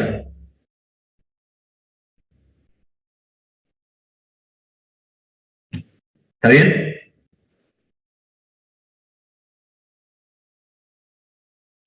O sea que todos los matriculados tienen la obligación de votar. ¿Cómo, Malena? Todos los matriculados tienen la obligación de votar.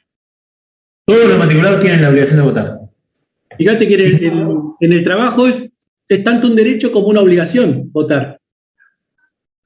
Exacto. Es como tiene la misma característica que a nivel nacional o provincial o municipal cuando se hacen las elecciones. Es decir, que las elecciones generales. Es decir, tienen las mismas características. El voto es obligatorio, secreto y universal. Todos. No se puede decir a quién se vota y tengo la obligación.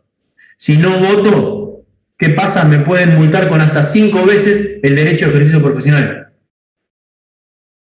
Y para votar tengo que cumplir una condición que es tener el derecho a ejercicio profesional al día. ¿Para votar o para ser elegido? Para candidatearme tengo que tener la matrícula al día.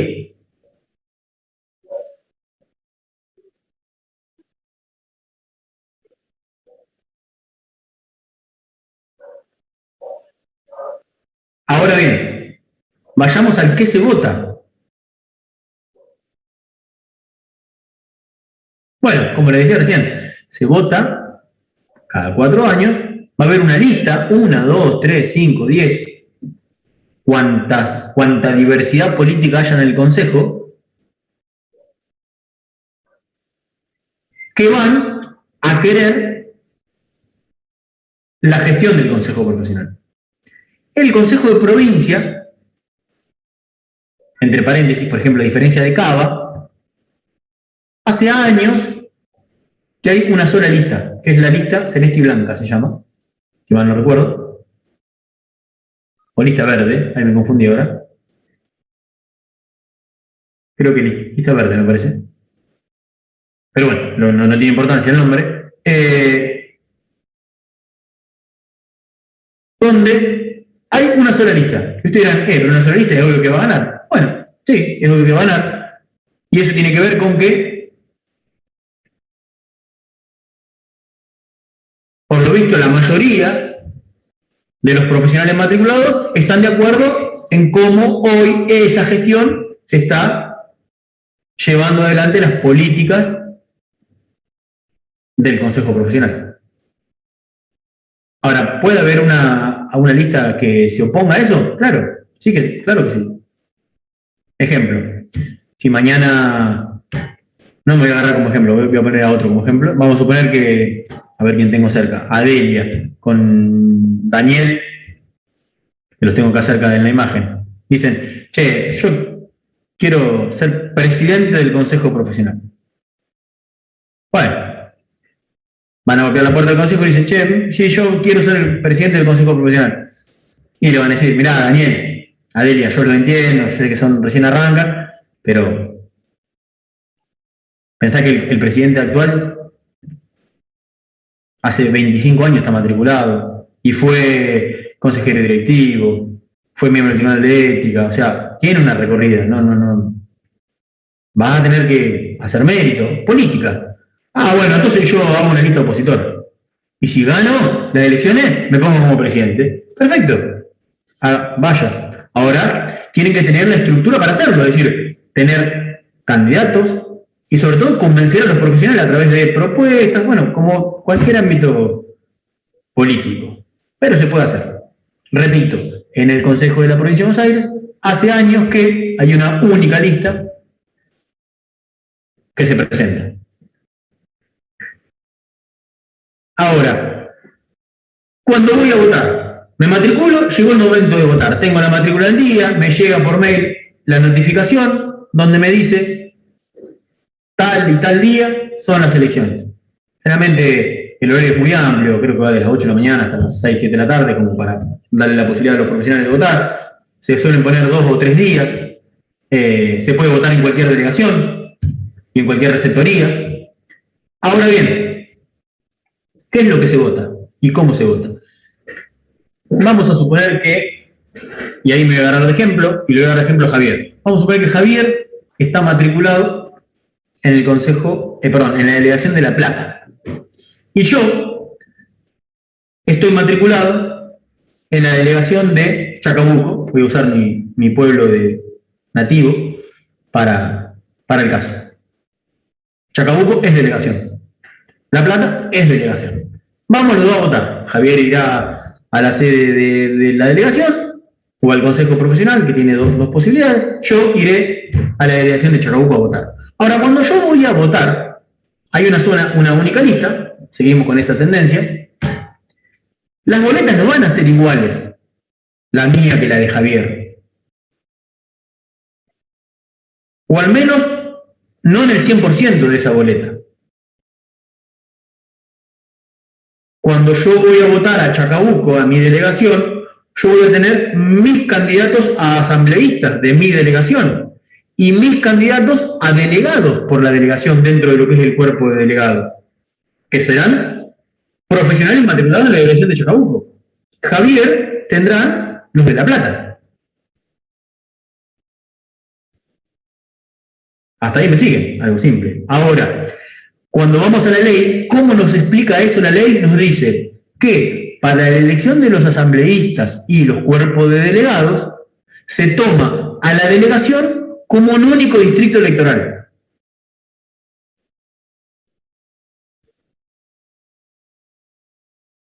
¿Está bien? Es decir, las personas son distintas. Si lo comparamos a nivel de elecciones nacionales, bueno, si yo soy de Chacabuco, voy a votar al intendente de Chacabuco, no voy a votar al intendente de La Plata. Y Javier votará al intendente de La Plata y no votará al intendente de Chacabuco.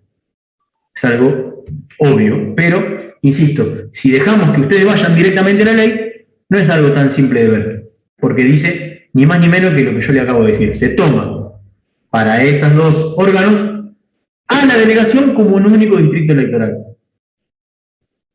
Ahora, en esa boleta que yo también tengo, que voy en Chacabuco, si bien la parte de asambleístas y delegados no es la misma que Javier, sí compartimos los candidatos a el Tribunal de Ética, la Comisión Revisora de Cuentas y los consejeros provinciales del Consejo Directivo del Consejo Profesional. Repito, nos van a coincidir, son las mismas personas, tanto los integrantes del Tribunal de Ética, los integrantes de la Comisión Revisora de Cuentas y los integrantes o los candidatos de el Consejo Directivo, solo de los consejeros provinciales. Son las mismas personas. Haciendo el comparativo, cuando yo elijo el gobernador, yo que nací en Chacabuco y voto en Chacabuco, elijo al mismo gobernador de la provincia de Buenos Aires que el que elige Javier. O al menos los mismos postulantes son. Después veremos si hay más de uno. Porque los dos pertenecemos a la provincia de Buenos Aires. En ese caso, la ley nos dice que para esos tres órganos, repito, Tribunal de Ética, Comisión Revisora de Cuentas y consejeros provinciales del Consejo Directivo, se toma a la provincia como un único distrito electoral. Son las mismas personas, tanto yo que voy a votar a Chacabuco como Javier que va a votar en La Plata, son las mismas personas, los de esos órganos. Ahora, yo que voto en Chacabuco, pertenezco a la región, vamos a suponer 4. Javier nació en La Plata, pertenece a la región 1.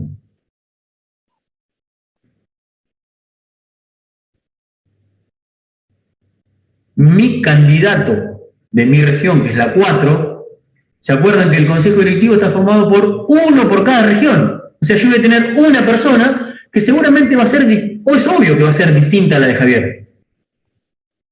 Porque Javier es de otra región. Ahora, yo, que soy de la delegación Chacabuco, esa persona la voy a compartir, por ejemplo, con la delegación de Chivilcoy, que está al lado de Chacabuco, o la de Junín, que somos todos en la misma región.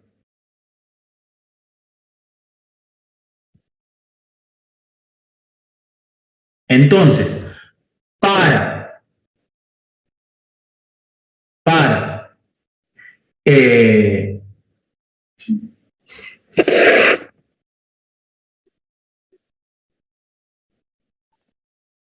los candidatos a el Consejo Directivo, los consejeros regionales del Consejo Directivo, es decir, ese único candidato por cada región,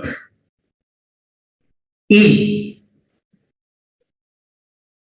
los que componen los comités regionales, se toma a la región como un único distrito electoral.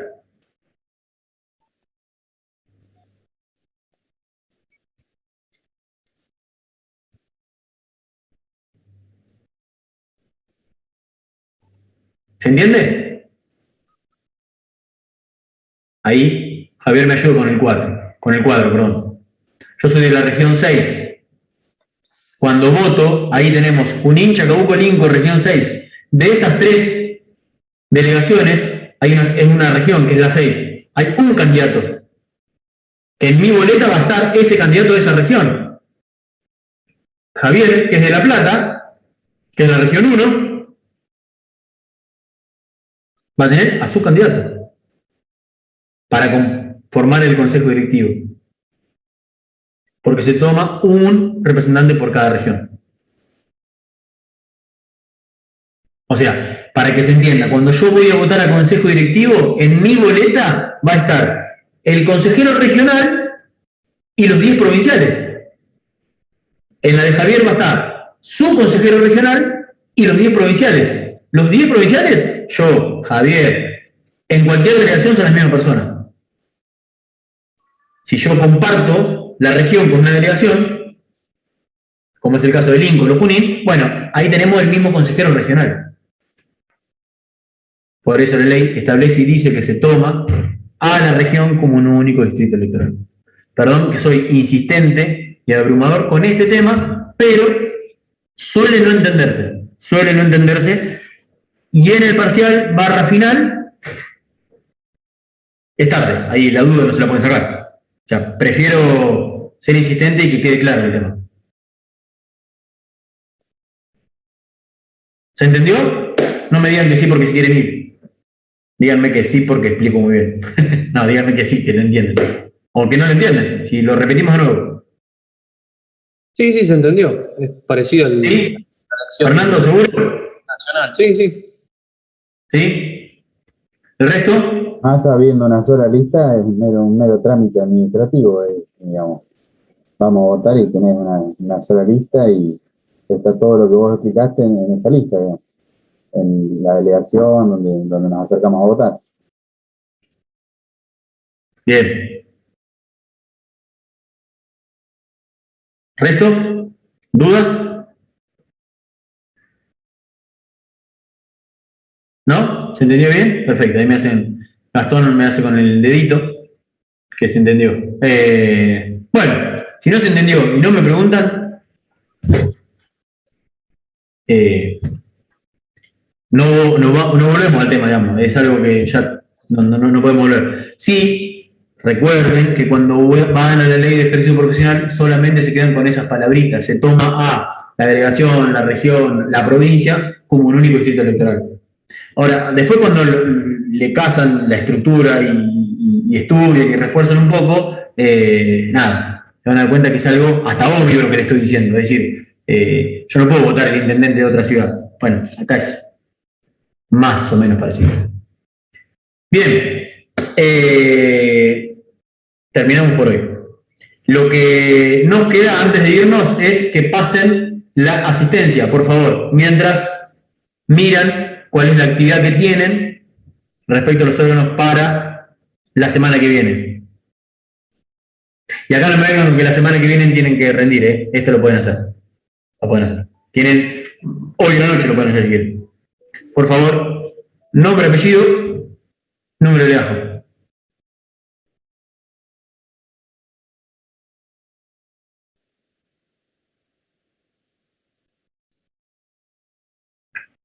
Esta actividad va a estar subida a partir de mañana, Javi, o ya... Sí, ¿no? Sí, hay que tener en cuenta que me llegó un mail que mañana probablemente hagan tareas de mantenimiento en el A24. Sí. ¿Puede ser? Sí, yo lo vi también cuando entré. A partir de las 4 de la tarde, creo. 4:30. Pero ya mañana en la mañana va a estar a disposición. Bien, perfecto. Así que tienen entonces, para los que no hicieron, tienen hasta el 20 hacer el práctico anterior, el de matriculación. Y para el jueves que viene, tienen que hacer este, individual. Para el lunes, les damos la devolución de los trabajos prácticos que hicieron, tanto el grupal como el individual del marco normativo. ¿Está bien? Todos pasaron la asistencia, no pueden saber eso, no me pueden responder eso, estimo que sí. Así que si no tienen dudas, quejas, sugerencias o alguna otra cuestión parecida, nos vemos la semana que viene, el jueves de la semana que viene, ¿está bien? Donde no hay test de lectura, a pedido de la delegada Agostina y del público en general. Gracias, profe. Gracias. Gracias. Hasta luego. Gracias. Chao, chicos. Gracias. Adiós. Gracias, hasta luego.